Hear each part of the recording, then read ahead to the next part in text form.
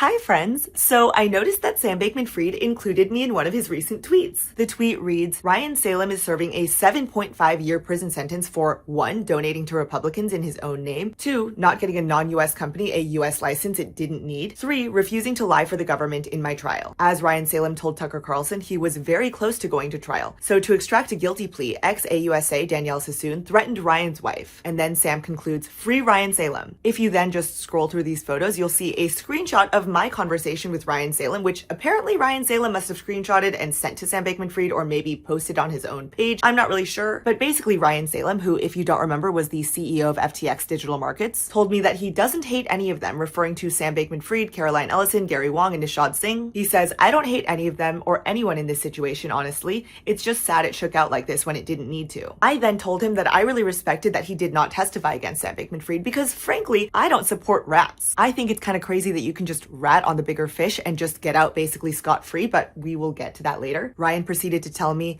I had nothing to offer them without lying. So again, Ryan Salame refrained from testifying against Sam Bankman-Fried and was sentenced to 7.5 years in prison. Just to put this into perspective, Caroline Ellison got 2 years in prison, Nishad Singh got time served and supervised release, so no prison time, and Gary Wong got time served and supervised release, so again, no prison time. Meanwhile, Ryan Salame was pretty indisputably the least involved, again got 7.5 years in prison. So how do we explain this? Personally, I think it's simply because he refused to testify against Sam Bankman-Fried. But I talked about all of this in another video, so I'm just going to include my thoughts on this here if you'd like to watch it, if you even care. I'd also like to say that I am well aware that most people are not keeping up to FTX anymore and frankly don't care about this case at all anymore. It's all in the past, but I'm still following it, so you can follow along if you want to. If not, feel free to click out and go about your day. Hey, it's me, Tiff, and in case you've never heard of me before, I've been independently covering fraud and bankruptcies in the crypto space. Because of this, I know a lot of people who follow me or might recognize me were once customers of FTX. Well, that's where FTX Creditor comes in. FTX Creditor will buy your FTX bankruptcy claim and pay you immediately in USDC. FTX Creditor has actually bought more FTX claims than all of the other claims buyers combined. FTX Creditor even buys small claims as low as $1,800, all the way up to claims as large as $10 million. So if you're interested in selling your FTX claim for immediate liquidity, or in selling your Voyager, BlockFi, or Celsius stub, you can go to ftxcreditor.com or contact them on Telegram at ftxcreditor or on X at ftxcreditor_com. I wanted to briefly talk about Ryan Salame, or Salame. We still don't exactly know how to pronounce his name, who was an FTX executive. He was the co-CEO of FTX Digital Markets, was, to my surprise, sentenced to 7.5 years in prison, which was more than the government's recommendation of 5 to 7 years. I mean, Sam Bankman-Fried, for example, the government recommended he be sentenced to, I think it was like about 50 years in prison, and he ultimately got 25 years. And it was the same judge that sentenced Ryan Salame. So I was expecting Ryan to get less than the government recommended, but he got more.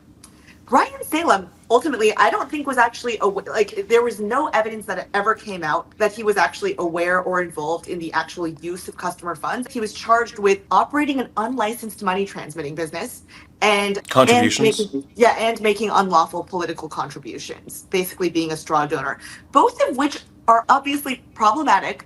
But personally, my main issue with the entire FTX fraud was the use of customer funds. And it doesn't look like Ryan Salame was aware of the use of customer funds during the entirety of FTX's run. And when he did find out in November, he was actually the first person to blow the whistle and alert Bahamian authorities about FTX's use of customer funds.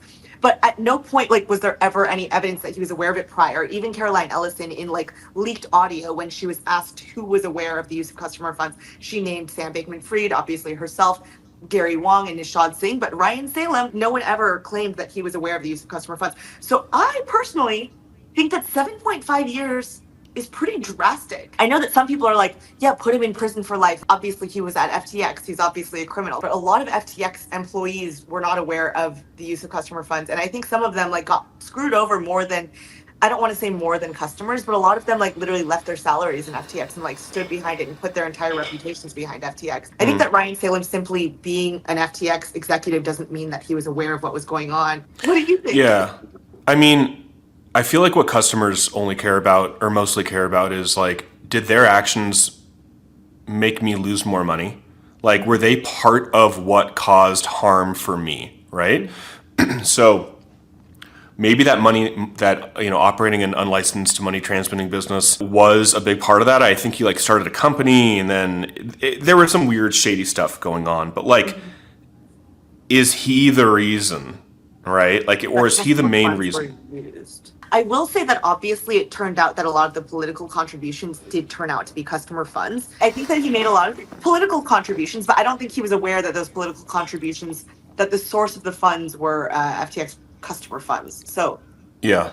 then I'm kind of like, I don't know how I feel about that ethically. Yeah. I mean, like, weren't they making contributions to really sway politics, right? And Yeah. so is that a crime in and of itself? I mean, I think that's what lobbyists do. Like, that's a normal thing. Well, this is something funny because Ryan Salem has been tweeting up a storm, which some people have a problem with, obviously. But hey, I don't have a problem with it. I think it's quite entertaining. But he quote tweeted this tweet, which says, Coinbase CEO Brian Armstrong says that Coinbase has donated $25 million to vote anti-crypto politicians out of Congress. So what is the difference there between this might be completely stupid, and I'm going to be very clear that I'm obviously no fucking lawyer, and I know nothing about what constitutes illegal political donations or political fraud. I don't know anything about this. But like, if Brian Armstrong is donating $25 million to vote anti-crypto politicians out of Congress, I mean, isn't that what FTX was doing? They were essentially making these political donations on both sides of the aisle, obviously, but to sort of get favorable crypto regulation. So I do you know the distinction here, Aaron, when something becomes illegal and becomes fraud? Or is this a stupid question? Because Ryan Salem quote tweeted that with just like the Pablo Escobar, like, just like, I guess I'll just be here waiting. I love that meme. Yeah, I love that meme.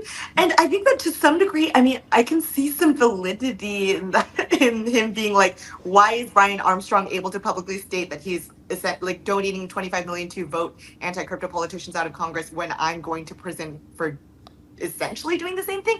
Ryan Salem himself contributed, I think, $24 million to pro-crypto politicians. Obviously, the big problem here is that, like, it looks like the source of this stuff was FTX customer funds. That's where the big problem lies. But it just seems as though he wasn't aware of that at the time that the contributions were being made. I mean, good old Google says that Salame made donations and other people. Sorry, it's a bad joke. I shouldn't fuck with his name. I'll start over. You can say Salame. I'm so immature, yo. So Google says that Salame made donations in other people's names, supposedly, or that's alleged. So basically, I think maybe the argument is that, like, this was all part of Sam Bankman-Fried's scheme. So basically that he was a straw donor. So like him making contributions in his name was mostly to further SBF's sort of like political visions. So I guess that would be maybe the argument here. Again, I'm no lawyer, but is that what it seems like it would be? It says it's illegal for corporations to contribute to federal candidates, but I feel like Coinbase is a corporation, so that wouldn't. Yeah, I don't know enough about like the law around this, but I know that Sam in conversation would always say that he didn't think that any of his political donations were illegal because of Citizens United. And apparently Citizens United basically made it legal for corporations to donate unlimited amounts to politicians. I'm not going to pretend to know a lot about this. Do you know about this, Aaron?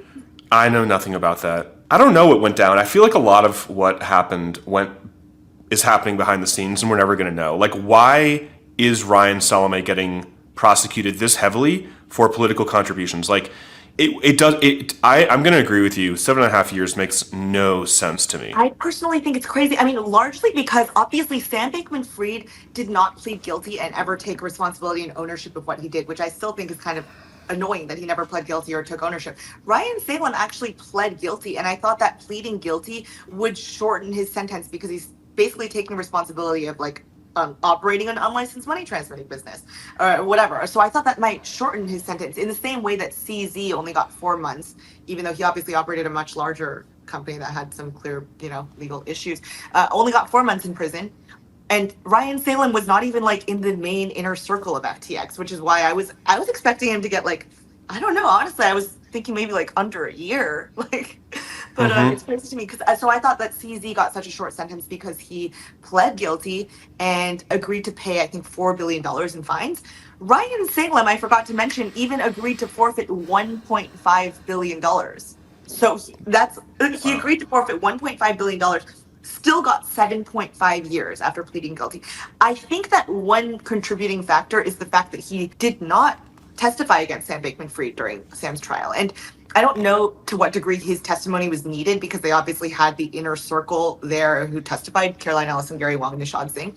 But I think the crazy thing is that, like, I've spoken to some lawyers who were former SDNY prosecutors, and they say that it's very likely that Caroline Ellison, Gary Wong, and Nishad Singh will walk away with 0 prison time because they testified against Sam Bankman-Fried and were able to help put Sam behind bars. But because Ryan Salem, who was a much lesser figure in the FTX debacle, did not testify against Sam Bankman-Fried, I personally feel like he's like being particularly punished for not testifying. I don't know. I'm not a lawyer. I just think it's wild. Yeah, it is wild. I wonder if Ryan was given the opportunity to testify and he declined it. Do you know? Yeah, from our DMs, we didn't specifically talk about that. He basically said that he didn't have anything to offer without lying. But I mean, I would assume that Ryan was offered the option to testify. I mean, if I don't know, but he did not testify against Sam Bankman-Fried, so I don't know if he's just being fucked for not cooperating against Sam. But crazy. Yeah. I want to hear your guys' thoughts. Like, any of you guys who are watching this, I want to hear if you guys think this was surprisingly long a sentence, surprisingly short, fair. All right. I miss you. Oh, I miss you too. I love you, honey. I love you too. Bye. Bye.